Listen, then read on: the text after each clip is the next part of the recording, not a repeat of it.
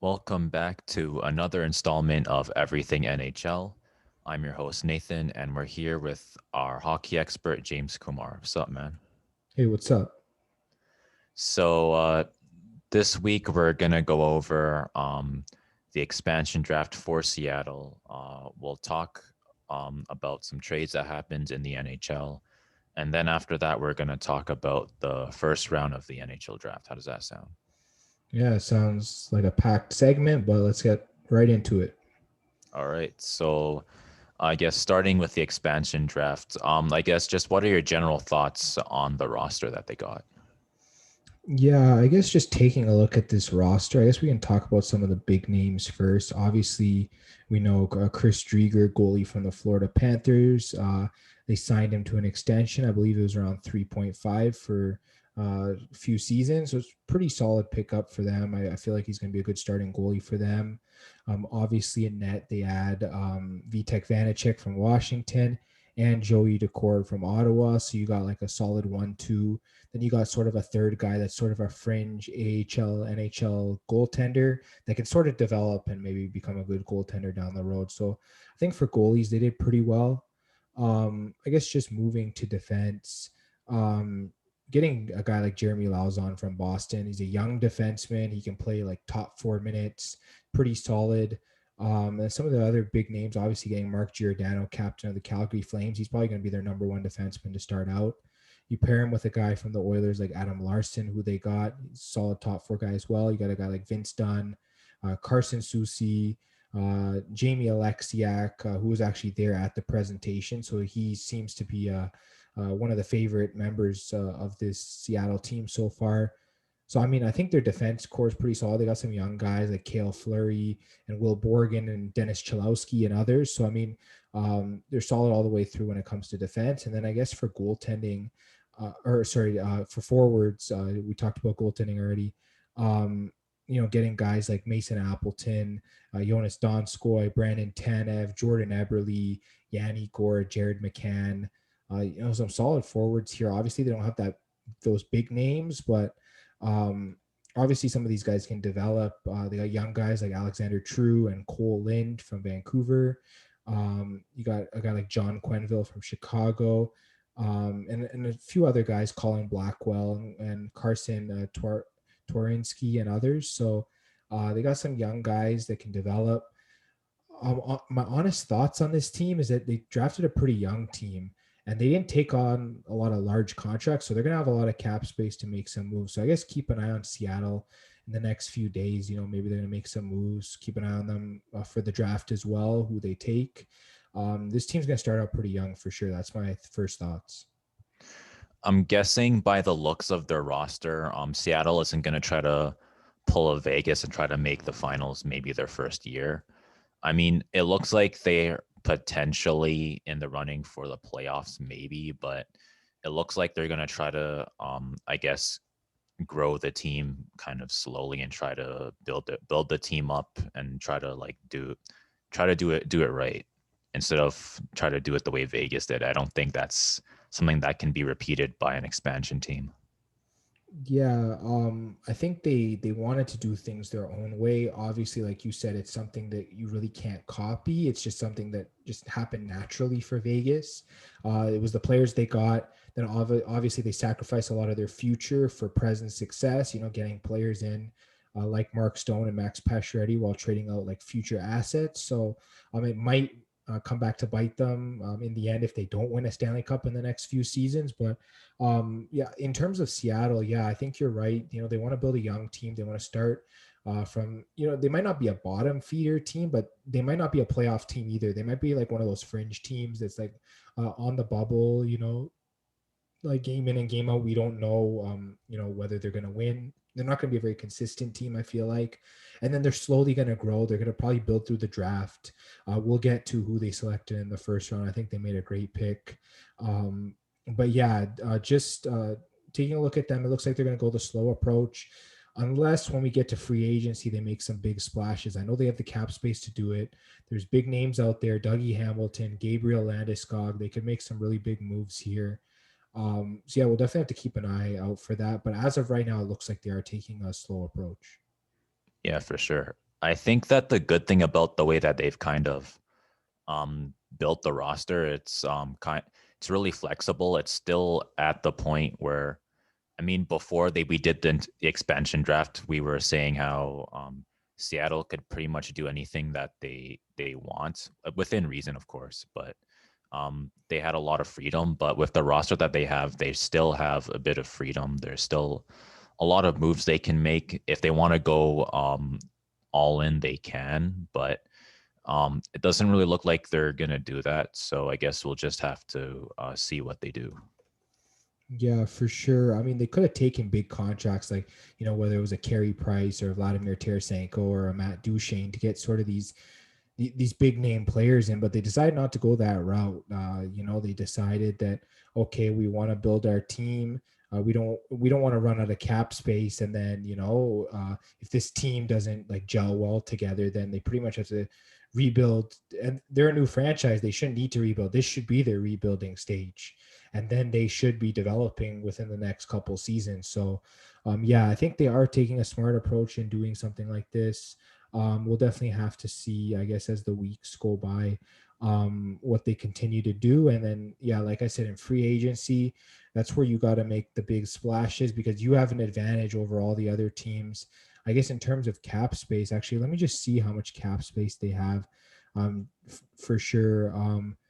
It looks like they've only used about like between 30 and 50 million out of their 81.5 million. So they've got they've only used 50 million out of their 81.5. So they have 30 million to work with. If you're taking that in, that's a lot. If you go to the rest of the teams in the league, let me just go here. Let me find a list for that.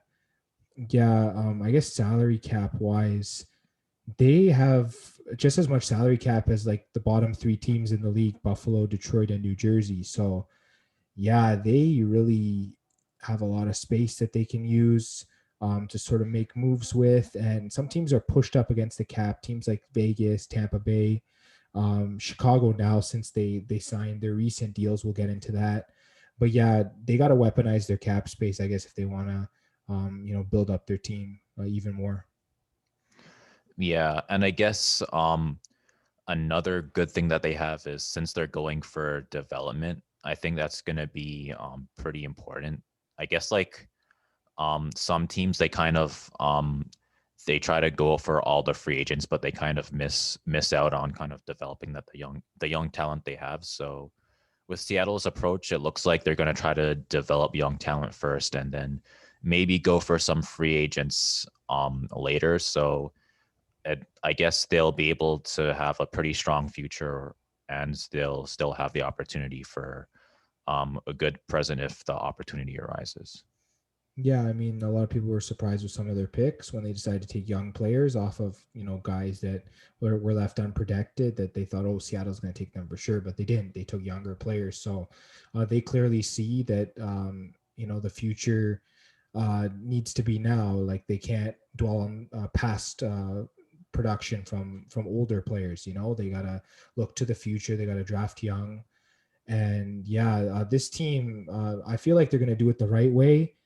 I mean, who knows? They might even develop and win a cup before Vegas. I mean, even though Vegas, they've been so good, they just haven't been able to get over the hump. So Seattle might be a team where it might take them 2 or 3 years to get competitive, but when they do, they'll be really competitive. So, yeah, let's see. I guess we can sort of compare Vegas and Seattle over the next few years and sort of see where these, like, I guess how these two teams, franchises play out, and just sort of see, okay, have they made the playoffs? When they make the playoffs, how far have they gone? Which team is sort of the contender? And yeah, these two teams are going to be tied to each other for a long time, being the last two teams to come into the league.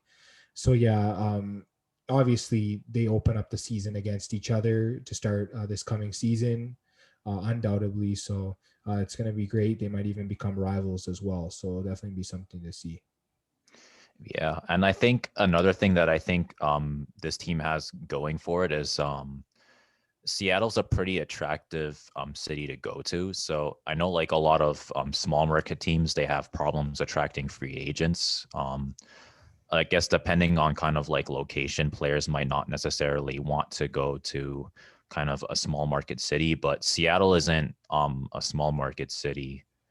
So I guess when it comes to free agents, it's going to be a lot easier for them to do. So I guess going for a slower approach actually works even better. Yeah, honestly, when we're just looking at the expansion draft, a lot of fans are there. They have a strong fan base to start off. A lot of celebs were there, whether it was stars from other sports in that city or musicians from that city. They're there to support the team. This team should have no issue generating revenue from their fans. Yeah, this team. They were put in the right spot, I think. Yeah, for sure. It kind of makes me wonder why they didn't have a team for 100 years. Yeah, I think it was just that they had a lot of small teams. And then, yeah, and then I guess what happened with the Supersonics as well drove interest away from the Seattle area. That could have been one of the reasons. But I mean, if hockey's back in Seattle, we might see basketball back there soon. Who knows? Yeah, well, hopefully another Seattle basketball team will come back. I guess a lot of people have been wanting that for a while, so I guess we'll have to see. Yeah, if there's a team like Memphis or New Orleans that can't keep their franchise, maybe they might move over there. We'll definitely have to see. Yeah, for sure. And I guess we can move on to, I guess, some of the trades that have been going on. I guess we'll go over the trades that happened on July 23rd and July 22nd. So I guess we'll start with Jake Bean. He was traded to Columbus from Carolina in exchange for a second round pick. I think it's the 44th pick in the 2021 NHL draft. What are your thoughts on this pick or in trade? Yeah, this is interesting. I mean, Jake Bean's a young defenseman. I guess the only reason they might want to make this trade is maybe they're trying to keep Dougie Hamilton and they're trying to re-sign him so they're clearing space for him. But Jake Bean's a good young defenseman. I don't know why Carolina made this trade. I think Columbus, got the better part of the deal. They got the good player, and a second round pick is just a second round pick. You don't know whether it's going to hit, but I think Jake Bean's been pretty solid for Carolina. So I think Columbus did really well in this trade. Yeah, I guess for Carolina, we're just it's kind of puzzling where the kind of offseason moves that they've been making lately. So I guess we'll just have to see how things pan out. Yeah, definitely. I have to agree with that. And I guess we can move on to Seth Jones traded to Chicago for a, oh, I think the Chicago got Seth Jones and a first round pick and a sixth round pick from Columbus in exchange for Adam Bachquist, a first rounder and a second rounder. So I guess what do you think of Chicago getting this deal? I think Columbus didn't want to pay Seth Jones the money he was looking for. He just signed an extension, 8 years, I think 9.5 million per season. Big contract. Not a lot of defensemen get paid that much. I don't know whether he's the highest paid or one of the highest paid, but yeah, Chicago wanted Seth Jones to replace a guy like Duncan Keith. We talked about that trade last week. They traded Adam Boquist. He's also a good young defenseman, but he's not yet at the level of Seth Jones, so I can understand the trade. They swapped first rounders this year. Columbus got Chicago's second rounder from this year, and that's the pick that they flipped to Carolina to get Jake Bean. So it was like a whole chain deal type thing. And then, yeah, a sixth round pick in 2022 goes back to Chicago as well. But yeah, Chicago got the best player, spending a lot of money on him, though. I think I might have liked what Columbus did as well. They get Adam Boquist, young defenseman. They get Jake Bean, a young defenseman in their other trade. Columbus has done good for themselves today in terms of trades. Really solid young defensemen they're bringing in. They really want a young team. They're really looking, I guess, to rebuild. And you're bringing a lot of young talent in. I mean, yeah, they could be good in the next couple years. Yeah, I think it looks like Columbus is trying to go for depth rather than just like one really good player. And I guess for Chicago, the question is, can Seth Jones kind of play up to the value of his contract? Yeah, I mean, Chicago's really looking to get back to that perennial playoff team that they were when they were in their dynasty era. They still have some guys there, Patrick Kane, Jonathan Taves, from the dynasty. Obviously, not a lot of those pieces are left as Keith got traded, and others like Crawford retired and Patrick Sharp retired. You know, some of the main guys, Marion Hossa as well. So they're definitely trying to get a team around Taves and Kane to still to just build up the team again. I mean, what Kane is like 30, Taves is like 31. They're not even that old. They had a lot of success when they were really young. So, I mean, this if they can build this team properly, bringing in big pieces like Seth Jones, got a solid scorer in Alex DeBrincat. They got guys like Kirby Doc in there, Brandon Hagel, good young players. I mean, it is possible for them to, get a strong team. Yeah, so we'll have to see what Chicago does.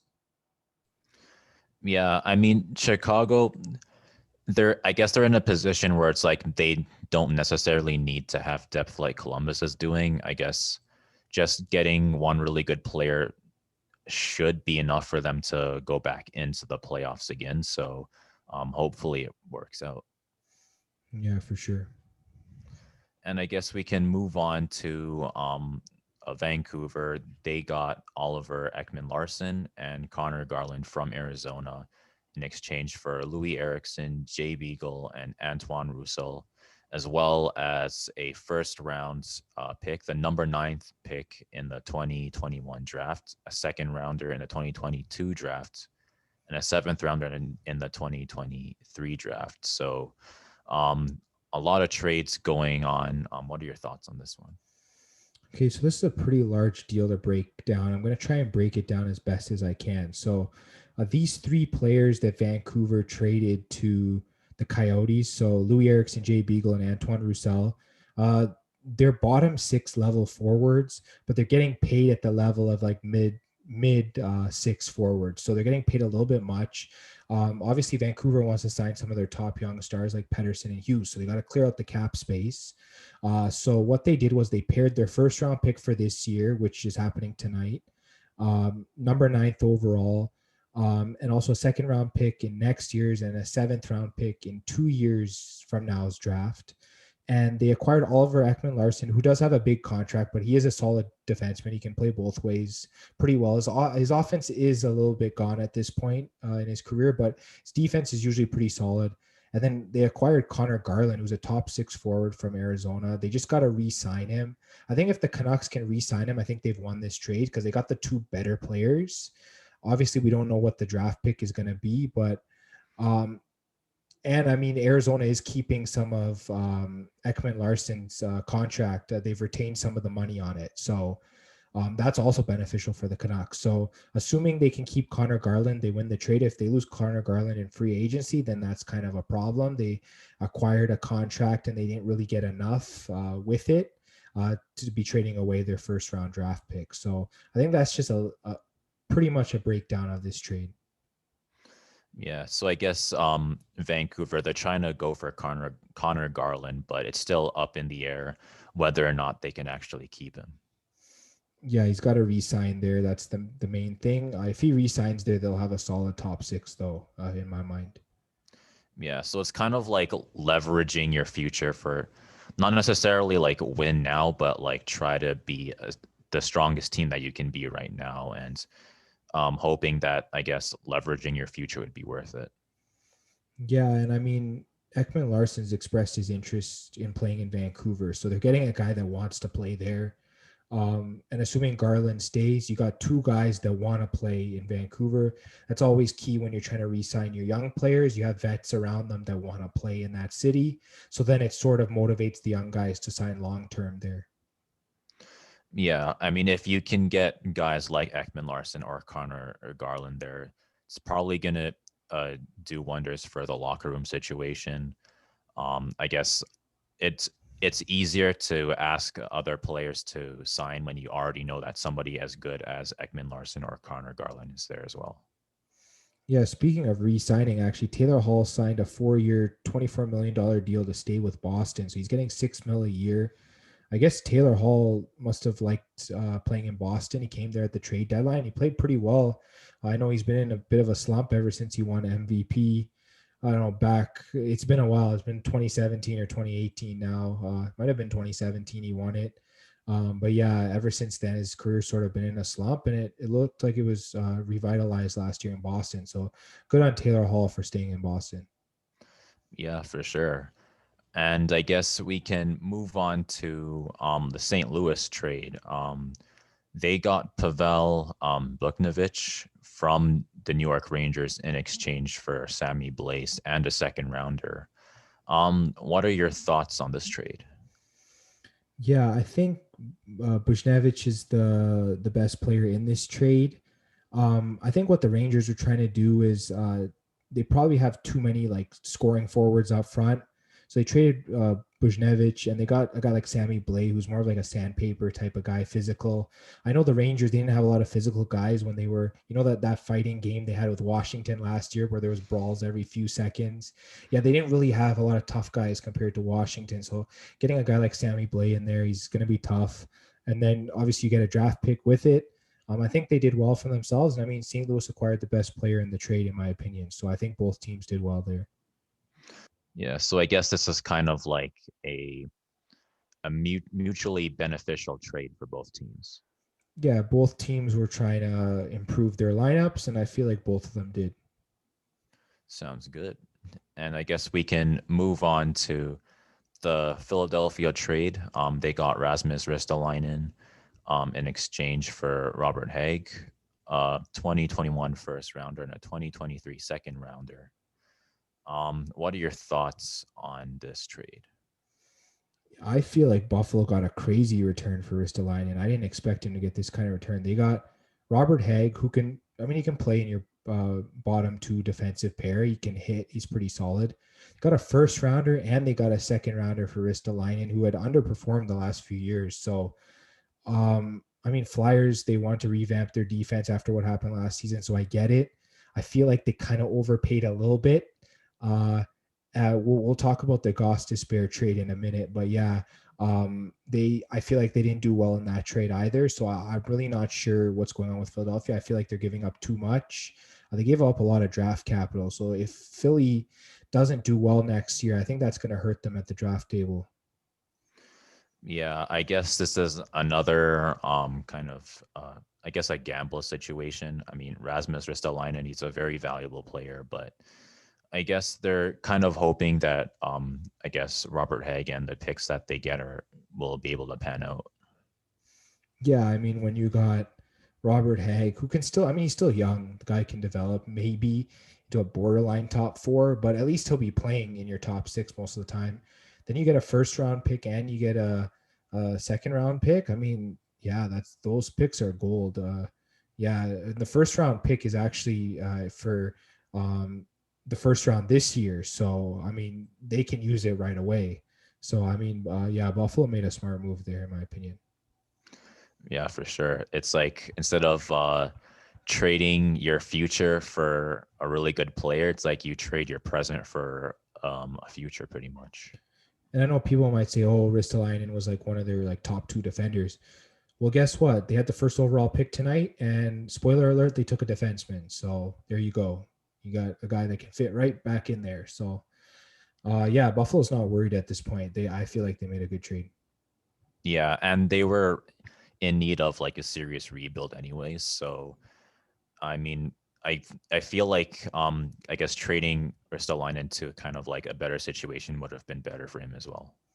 Yeah, he also was not very good in his own end. He was offensively talented. We knew that about him, but from the defensive standpoint, he was always a minus every year. I believe he led the league in minus 1 year. So that's definitely not a good thing. I know people say plus minus is overrated, but when you have the worst minus in the league, it's not overrated at that point. You're just not good at playing in your own end. So, yeah, I think Buffalo did really well, and hopefully he can turn around his career in Philadelphia. Yeah, for sure. And I guess we'll get to the Calgary trade in a minute, but we'll go to the Arizona trade. First they got Shane Gostisbehere, a second rounder and a seventh rounder for the 2022 draft from Philadelphia, and it says in exchange for future considerations. So I guess can you break that down? Yeah, so future considerations is another word for we're just trying to clear some cap space. So pretty much they gave Shane Gostisbehere away for free, and they gave 2 draft picks with him just to clear their cap space. So like I was saying, I feel like Philadelphia gave up too much in the Ristolainen trade. I feel like they gave up too much to get rid of Gostisbehere. Arizona, they've been piling draft picks. We saw that with the Ekman Larson trade. They got a first rounder there. They got a second rounder. They got a seventh rounder. Plus, they get uh, a second and a seventh rounder in this trade. And then earlier in the week, they got a second rounder. Actually, they got 2 second rounders and a third rounder from the Islanders to take on some cap space. So they've just been loading up on draft picks. Obviously, they lost some draft picks from their old management for all the tampering they were doing in the NHL. They forfeited some of their draft picks. So Arizona's just trying to pile draft picks. And I mean, they're doing a pretty good job of it. They got a defenseman out of it. So good on them. Yeah, for sure. It looks like I mean Arizona's you always been like kind of in a position where they're not necessarily at the top, but it's like they're always kind of trying to be in contention. So I guess this is kind of their strategy to get over the hump. Yeah, for sure. Yeah, Philly, they're just trying to clear their cap space. In Arizona, they're just trying to revamp their team. I feel like, old management's out, new management's in. They're really trying to establish an identity. They're getting in the players they want, the draft picks that they want. So, good on them. And hopefully things will pan out for Philly as well. Yeah, for sure. And so we'll now go back to the Calgary Flames trade. They got Tyler Pitlick from Seattle in exchange for a fourth rounder in the 2022 draft. What are your thoughts on this trade? So this is Seattle's first official trade that they've made. Obviously, they took Tyler Pitlick from Arizona in the expansion draft as a forward, but obviously, to start the season, you can only have 23 skaters, but they had 30 draft picks, so obviously they're going to trade some away. Traded Tyler Pitlick to Calgary. They got a fourth rounder. It doesn't hurt them. Trade was pretty much good for both sides, in my opinion. Calgary gets a forward for depth, and Seattle gets a draft pick. Sounds good. So another mutually beneficial situation for both teams, I think. Yeah. And I guess with acquiring Tyler Pitlick, where do you think I guess Calgary will perform this year? It's tough to say. I guess I'm gonna have to break down. We'll have to break down the Flames in the off season. They're in a transitional phase right now. We definitely got to see what this team's looking like. Obviously, they lose their captain in the expansion draft. I guess we don't know the future of a lot of the members on that team. So, yeah, it's really tough to say right now. But I guess as the off season progresses, we'll have a better idea. Yeah, I guess the Flames are one of the teams where their future is kind of up in the air, so we'll just have to wait and see. Yeah, for sure. And I guess we'll move on to the Detroit Red Wings trade. They were able to get Alex Nedeljkovic from Carolina, which is kind of crazy, and in exchange for Jonathan Bernier and a third rounder. Um, I'm not sure why Carolina decided to trade Nedeljkovic and get Bernier in return, but maybe you can break it down. Yeah, if Terry was on today, he would be dancing around his room right about now about how well the Red Wings have been doing in terms of trades. But yeah, honestly, I don't see a reason why Detroit would not have like Detroit won this trade, plain and simple. They got the younger goalie, they traded away the older goalie and a third round pick just to get rid of him. They signed Nedeljkovic to a deal as soon as he got there. I believe he's making 3.5 per year over the next 3 or 4 years, something like that. Yeah, that's solid. They got a good young goalie in there. I have no idea why Carolina traded him. He was their starter for the playoffs. He played really well. Obviously, he allowed a couple bad goals against Tampa Bay, but I mean, he didn't allow a lot of goals, period. So he was solid overall. I'm not sure what was going on there. Maybe they didn't want to re-sign him for as much as he wanted, but 3.5 doesn't seem like a lot. So I don't know. Your question is as good as mine as to why Carolina made that trade, but obviously, in my opinion, the Red Wings got the better end of this trade.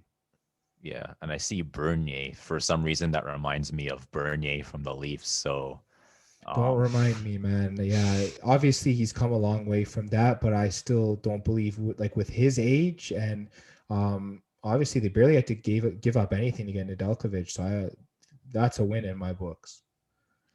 yeah, I mean, I'm still not sure why they decided to trade Nedeljkovic. I mean, I don't know. Maybe they don't think their rebuild was working out, so maybe they want to start over. But I feel like it's kind of premature to kind of hit the panic button at this point. So Yeah, no, they're a good team. They shouldn't have done that. They're not going to go back into a rebuild. They've already rebuilt this team. I'm not sure what their future plans are going to be, but we have to see. yeah, I guess this is another of the offseason moves that Carolina made. That's kind of not really too sure how it's going to pan out. So we'll just kind of have to wait and see how Carolina does. All right. So we're going to get into the NHL 2021 draft now.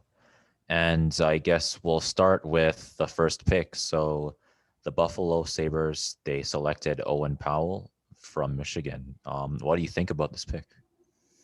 Yeah, Owen Power looks like a solid player.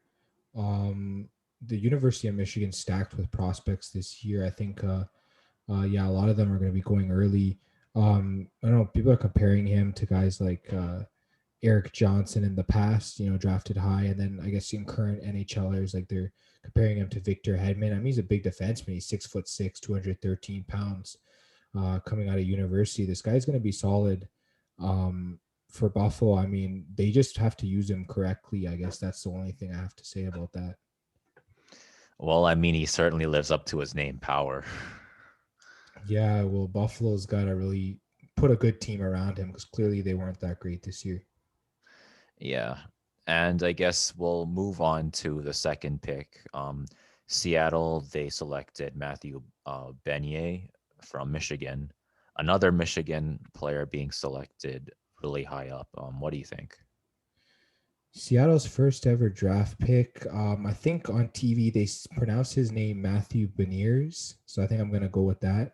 So it sort of looks like a French name, but it's like pronounced in like an English way. So Matthew Beniers, yeah, he looks really solid.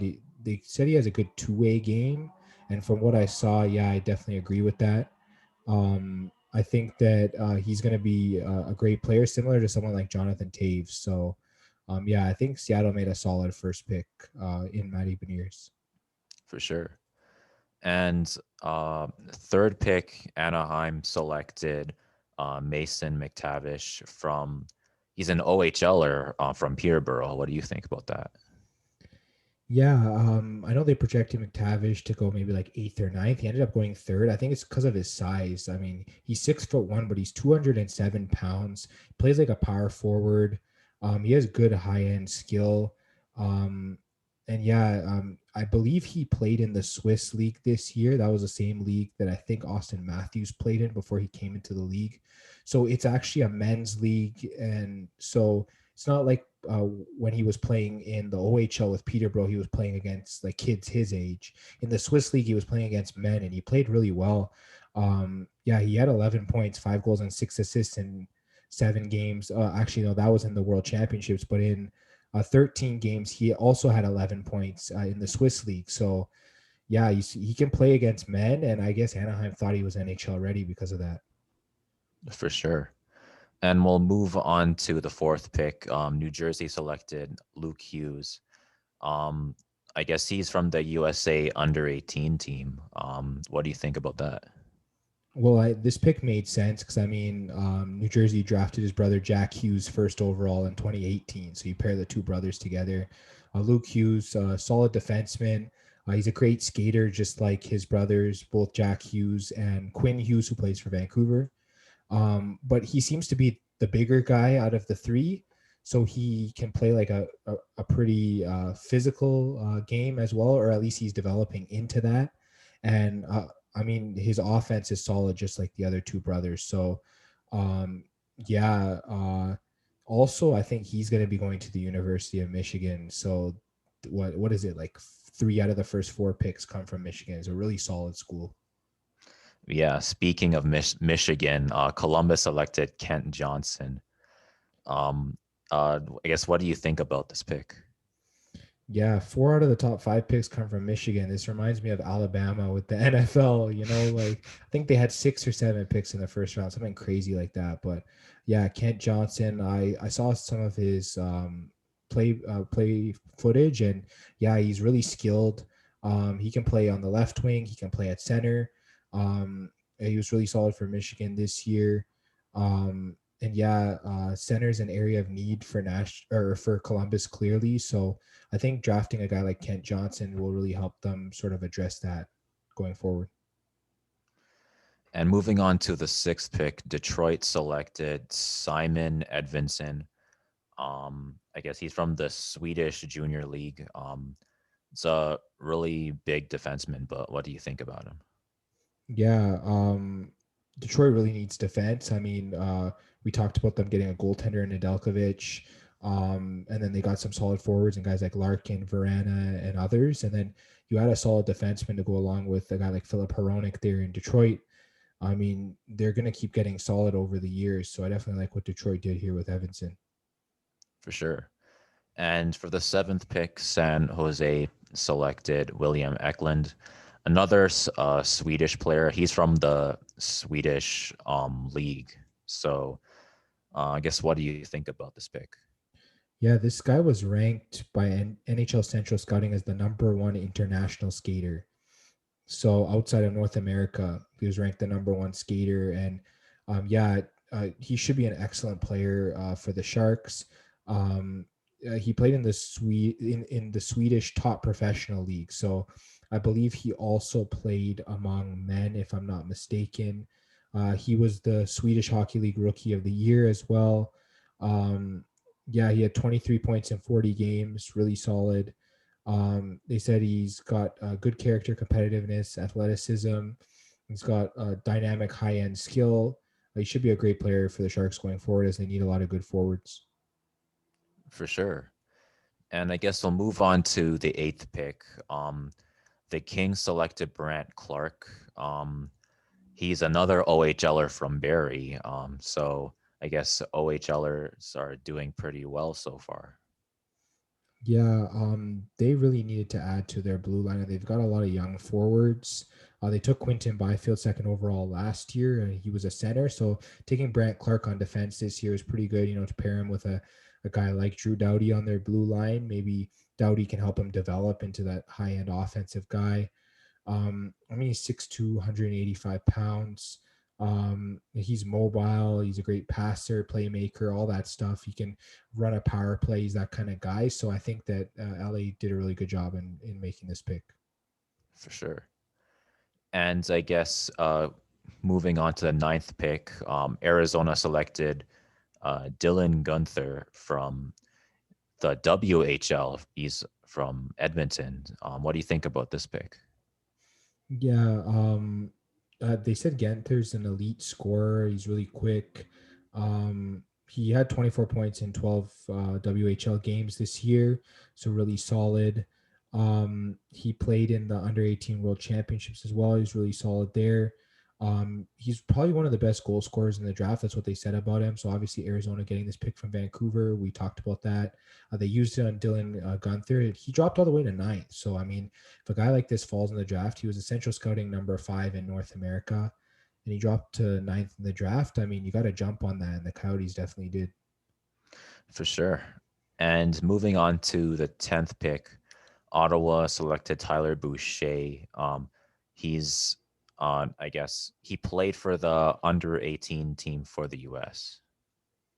Yeah, apparently he's the son of former goaltender in the NHL, Brian Boucher.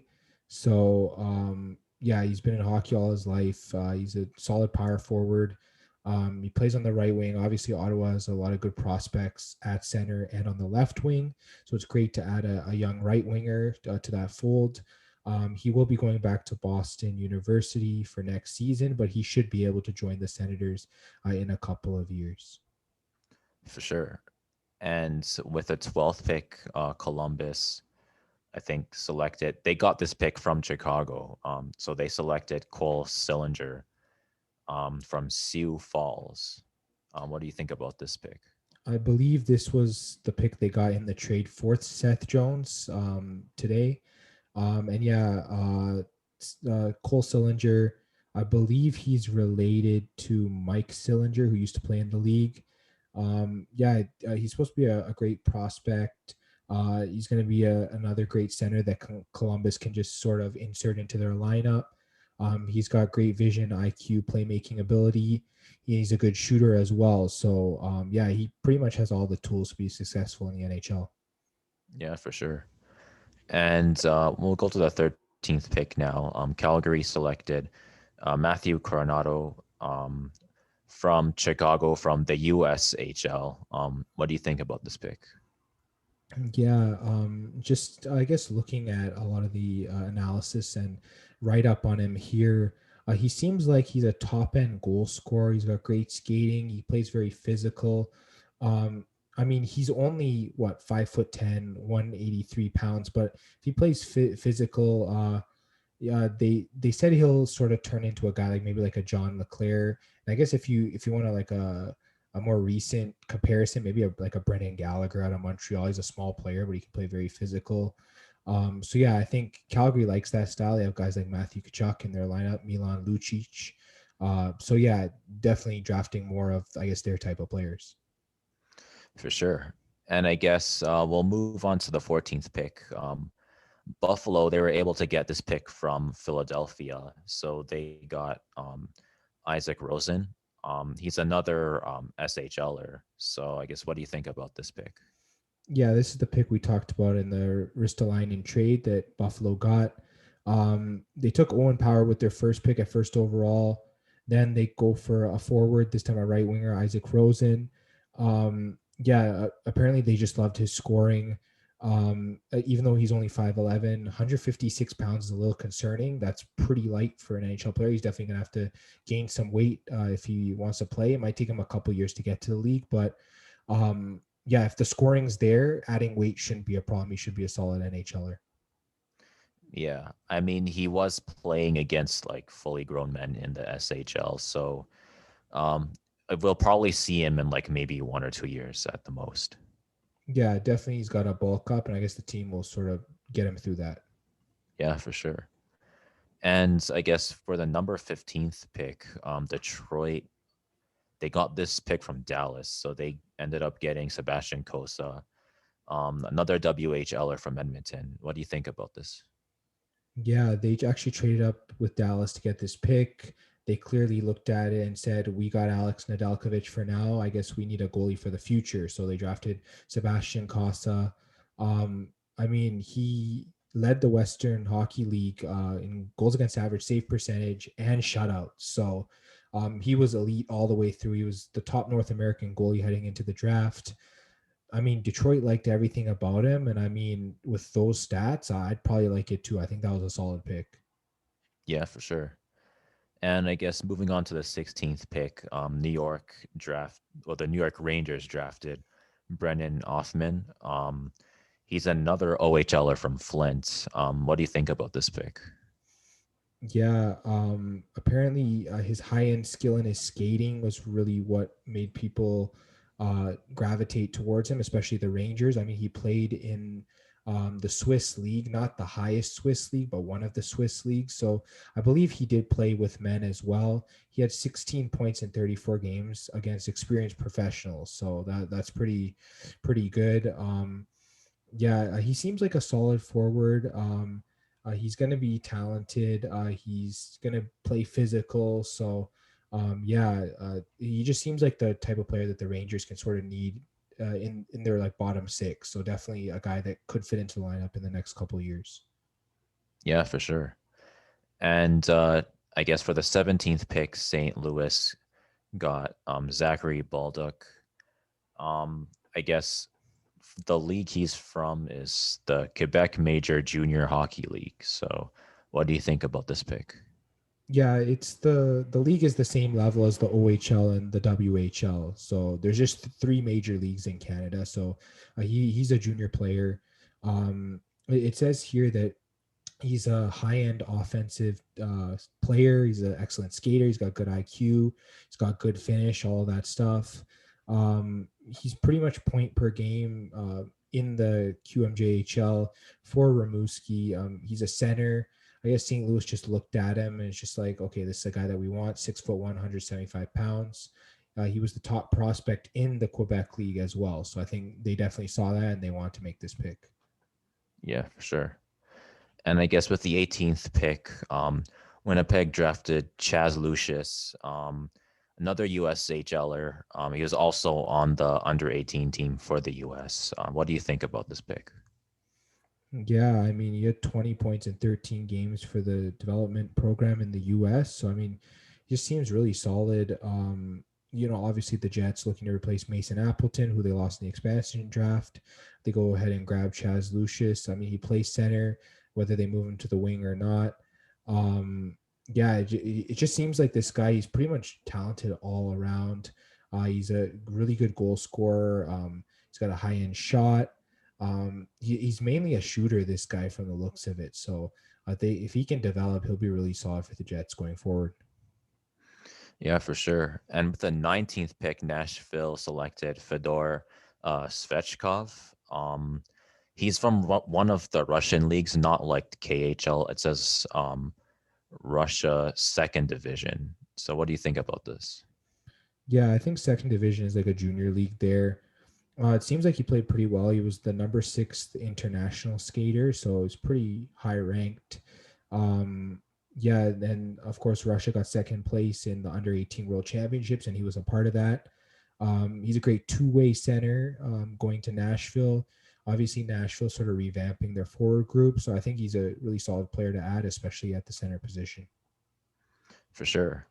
And I guess for the 20th pick, Minnesota was able to get this pick off of Edmonton. So they ended up getting Jesper Wallstedt from um, Sweden. So another SHLer. What do you think about this pick? Yeah, Minnesota traded up to get this guy, and Wallstead pretty much fell. He was supposed to go earlier in the first round. He's the top international goalie, but it looks like he dropped in the draft. So Minnesota just pretty much took advantage of that. And they're like, we need a goaltending prospect behind guys like Talbot and Kakinen. So, yeah, they selected him. I mean, he was really solid in the Swedish Hockey League. Playing against men, he had 2.23 goals against, 908 save percentage, and 2 shutouts in 22 games. His record was 11-8. Yeah, and in the World Junior Championships, he had a 923 save percentage in 2 games. So against juniors, he had higher stats. Against men, it was a little bit lower, which means he still needs to develop a little bit, but he looks like a really solid goaltender for the Wild. For sure. And I guess with the 21st pick, Boston selected Fabian Lysell, another SHLer. So we have a lot of SHLers in this draft so far. Yeah, it looks like the Swedish league is producing a lot of good young players. This guy's a bit small, doesn't really fit Boston's traditional mold, but at 5'10", 172, he's a great skater. He's got a lot of speed. They said that he's creative. He just needs to gain a little bit more weight. Yeah, they sort of draft a guy that has the potential to be a strong top 6 forward. So definitely, as their players get older, they can add some young blood into their lineup. So I think this was a pretty good pick for Boston. For sure. And with a 22nd pick, Edmonton was able to get this pick from Minnesota. So it's kind of like they're trading picks. They got Xavier Bourgeol. Borgalt, I think. I don't even know how you say it, but yeah. Yeah. He's another I guess Quebec major junior hockey league player. So I guess what are your thoughts on this pick? Yeah, it looks like that he's a great offensive player. Obviously, the Oilers are looking to add depth to their forward group. They had the center in Xavier Bourgault. And yeah, it looks like he can play center or the wing, and he's a great skater. He seems strong too, 6 foot, 172 pounds. He's going to be a good player, whether he's a high end player that could play with like McDavid or Draisaitl, or whether he's like a bottom 6 forward. He should be solid for the Oilers either way. For sure. And I guess with the 23rd pick, Dallas got this from Detroit, who got this off of Washington. They drafted Wyatt Johnston, another OHLer from Windsor. What are your thoughts?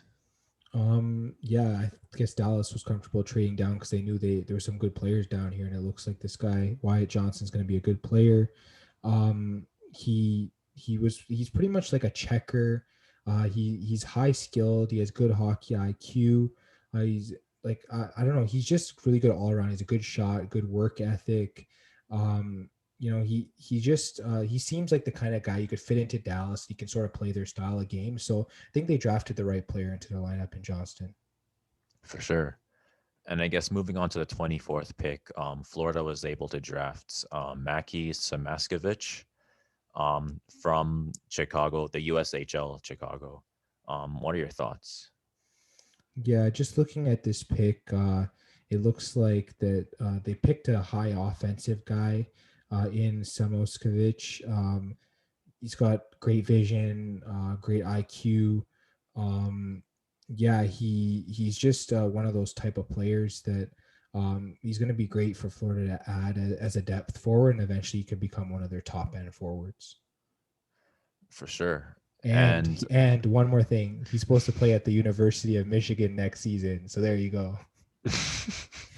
I guess Michigan is another I guess they're another college that's kind of like dominating a sport. They're dominating hockey. Yeah, they should be national champions this coming season for sure with this talent. They have future NHLers on their team. I don't see how anyone's going to beat them. For sure. And I guess with the 25th pick, Columbus got this pick off of Toronto. So they were able to draft Corson Soma from the Coleman's, I think. AJHL. Coleman's, is it? I don't know how to pronounce Coleman's. it, but Yeah. I think as Corson Coleman's from the AJHL. What are your thoughts? it seems like this guy has a lot of potential as a defenseman. They said he could be a big minute playing top four defenseman for a team. It looks like that he's going back to university next season, but he could join the Jackets in a couple seasons. Columbus drafting a lot, and in this first round, and yeah, they're just filling up their team with good prospects. And it seems like he's a great skater, and he can turn defense into offense, that kind of thing. So yeah, he seems like he's gonna be a really solid defenseman at the NHL level. For sure. And I guess with the 26th pick, Minnesota got this off of Pittsburgh, and they ended up drafting Carson Lambos from Winnipeg from the WHL. What are your thoughts? Yeah, it seems like this is another defenseman that's gonna, just play a lot of minutes, defense to offense, that kind of transition. And he'll get a lot of points as well. Minnesota obviously needs to add to their depth of defensemen as they lost a couple like Ryan Suter and Carson Soucy. So, yeah, just drafting more defense is always great for the Wild. For sure. And for the 27th pick, Nashville ended up getting this pick off of Carolina. They ended up getting Zachary Leroux from Halifax, from the Quebec Major Junior Hockey League. What are your thoughts on this pick? Yeah, he's 5'11", 196. So he's a small guy, but he weighs quite a bit. He can play physical, drive to the net, sort of like that Brennan Gallagher mold we talked about. Yeah, they trade with Carolina and they move up. Nashville does to get Leroux. And he, as a forward, he can outmatch defenders down low, even with his size, because he has that weight and he plays physical. He's just one of those tough guys, honestly. So you get him into your lineup. He'll play tough. He'll score some goals. I mean, he had 39 points in 33 games. So this guy can score and he can play physical. So it's a really good thing for Nashville. Yeah, for sure. And with the 28th pick, Colorado was able to draft Oscar Olausen, another SHLer. What are your thoughts? Yeah, it looks like that he also played in the Swedish Hockey League. A lot of good young players there. He's great with the puck. He's a great skater. And he goes to a team in the Avalanche that has a lot of players like that. So he'll need time to develop. He can take that time and he can join this lineup and he can be a great player. Yeah, for sure. And with the 29th pick, New Jersey was able to get this pick off of the New York Islanders. They were able to draft Chase Stillman, an OHLer from Sudbury. What are your thoughts on this pick? Yeah, it looks like this is the son of former NHLer Corey Stillman. Yeah, he seems like he's a great offensive player.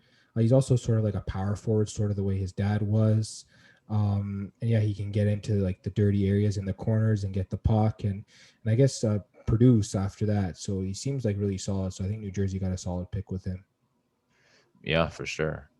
And I guess with the 30th pick, Vegas was able to get Zach Dean from Gatineau, another Quebec junior hockey leaguer. What are your thoughts? Yeah, just taking a look at this pick, we know Vegas needed centers. We saw that in the playoffs. We talked about their lack of depth at center. Seems like Dean's a great skater. He's got speed, and he can just beat different players when he's on the rush. Yeah, he just seems like a guy that he can play two ways as well. Yeah, I just like this pick. I guess Vegas just loading up on centers. One of them is going to turn out, and it might end up being Zach Dean. Yeah, for sure. And I guess for the 31st pick, Montreal ended up drafting Logan Mayo. He's from London, it looks like. I guess do you have any thoughts on this? Yeah, obviously with the news that Shea Weber is not going to be playing for the entire season, and they don't know what his career is going to look like going forward. Montreal just needed to load up on defensemen. Obviously, London, one of the better teams over the years in the OHL.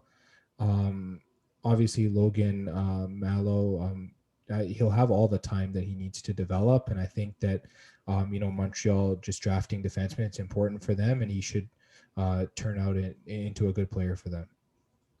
For sure. And I guess with the 32nd pick, Chicago was able to draft Nolan Allen, defenseman from Prince Albert. What are your thoughts on this? Yeah, I know we heard about the trade today.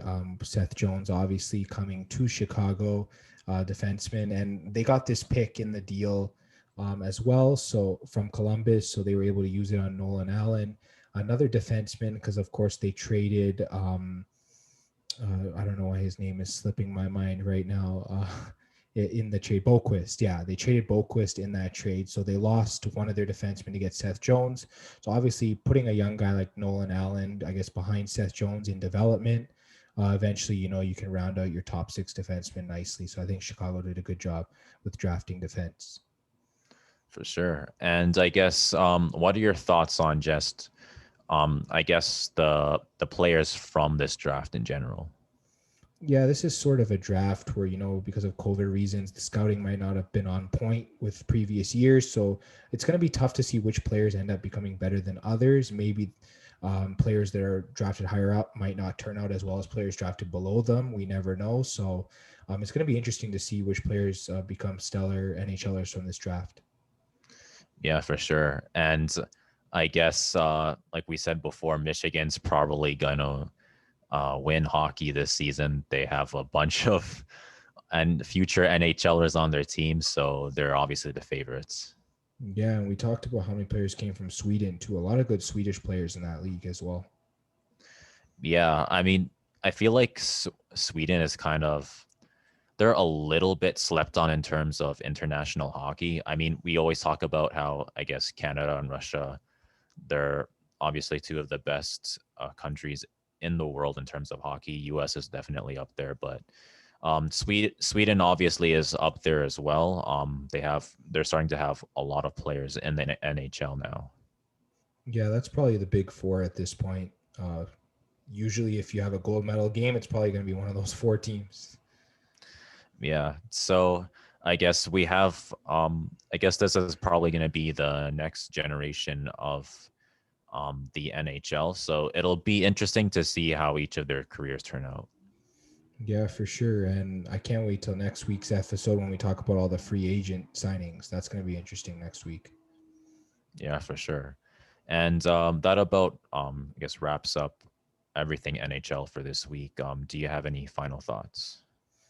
I think we pretty much touched on everything. We talked about the Kraken getting their team together. We talked about a lot of the trades, and we talked about the draft. It was a busy week, but I think we covered everything. For sure. So that brings us to the end of everything NHL this week. If you liked the video, subscribe, hit the bell for notifications. Give us your thoughts on this draft. If you're from Michigan and you really like the Michigan hockey team, let us know. If you've been following the SHL, let us know. Give us a review, give us a comment. And if you enjoy listening to the podcast, you can follow us on Spotify. You can follow us on Apple Music and Google Podcasts as well. If you need sports picks, you can follow us at Fan Podcast on both Twitter and Instagram. And we'll see you guys next week.